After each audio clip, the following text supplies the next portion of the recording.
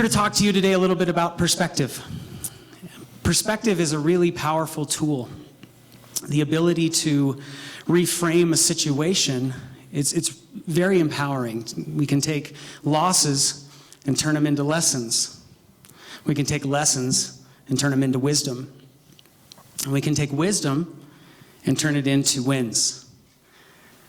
And then when you're winning, the inevitable eventually happens. You lose. And it's circular like that, to put it in perspective. When I was 14, it was the summer before our freshman year of high school, me and my best friends in the world, we started a rock band. And we called ourselves Kindred, which means family.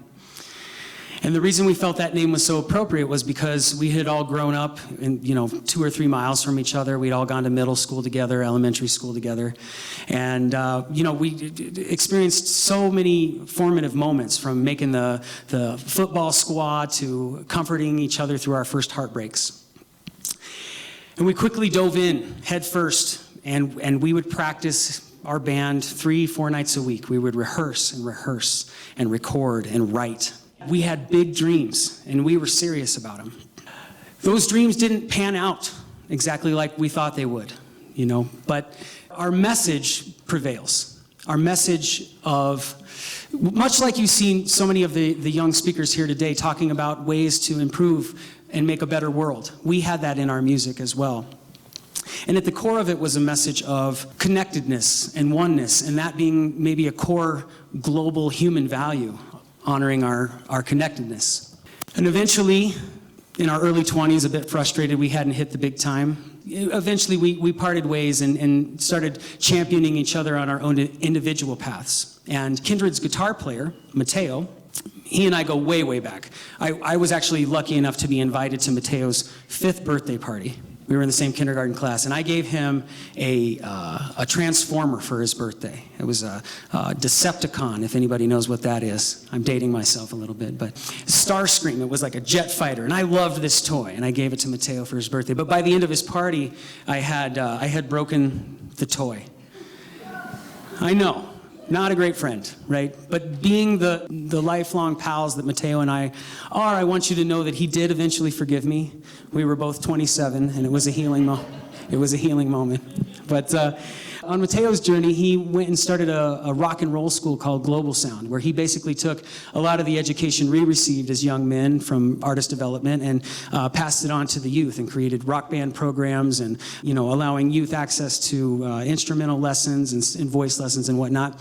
And I coincidentally went on to open up a vocal arts school called Whole Body Singing, where we ran choirs and choral opportunities. We've taken people to Carnegie Hall and Costa Rica and done a lot. And TEDx, yeah. So in 2019, Kindred kept in touch all these years. Me and the guys. We had the incredible opportunity. We got our first international gig in Costa Rica, and we had our 25th anniversary show in Costa Rica, and that was really fun. And 2019 for me on a professional level was just a bombastic year.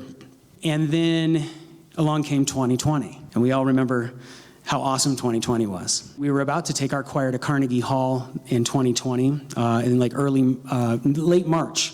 And then mid-March, COVID came and changed everything for everyone. I want to circle back here to perspective. And we're talking about Kindred's message of oneness and that core value of being in it together, that we're more alike than we are different. And COVID, despite how uncomfortable and awful it was at times, I really feel like there's a perspective there of a gift, of an example of how connected we really were, and we really are.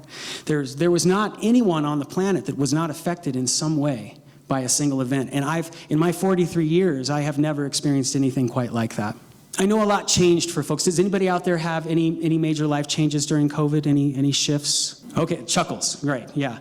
More than a few of us had some time to really, look inward and find out if we wanted to keep creating the lives that we had been creating, before. And I was no different. And through life lessons kind of presenting themselves and personal reflection, I decided that it was best for me to step away from some of the most successful professional endeavors I'd ever been a part of, which was really difficult. But it allowed me to focus on my personal healing, which I greatly needed.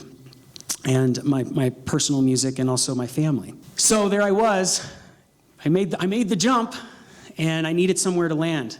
And who was there for me? But Mateo over at Global Sound. And we quickly collaborated to bring Rock Choir Colorado to Global Sound Studio. And also, I have a cardio fitness dance class that I run, because what does a touring musician do during a global pandemic? You start a cardio fitness online dance class, of course. That's what everybody does.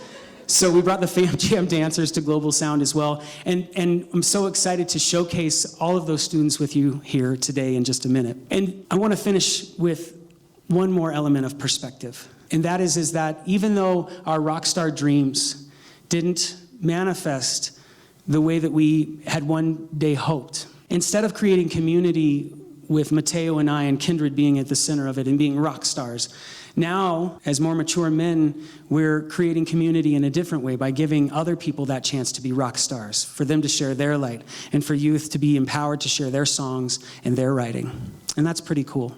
It occurs to me more than ever that our human connection, no matter disagreement, pain, or anger, or entanglement, or different ideas of religion or politics, all of that can create an illusion of separation. But our innate connection is forever, and it is absolute. And maybe you see it that way, and maybe you don't, but that's just your perspective.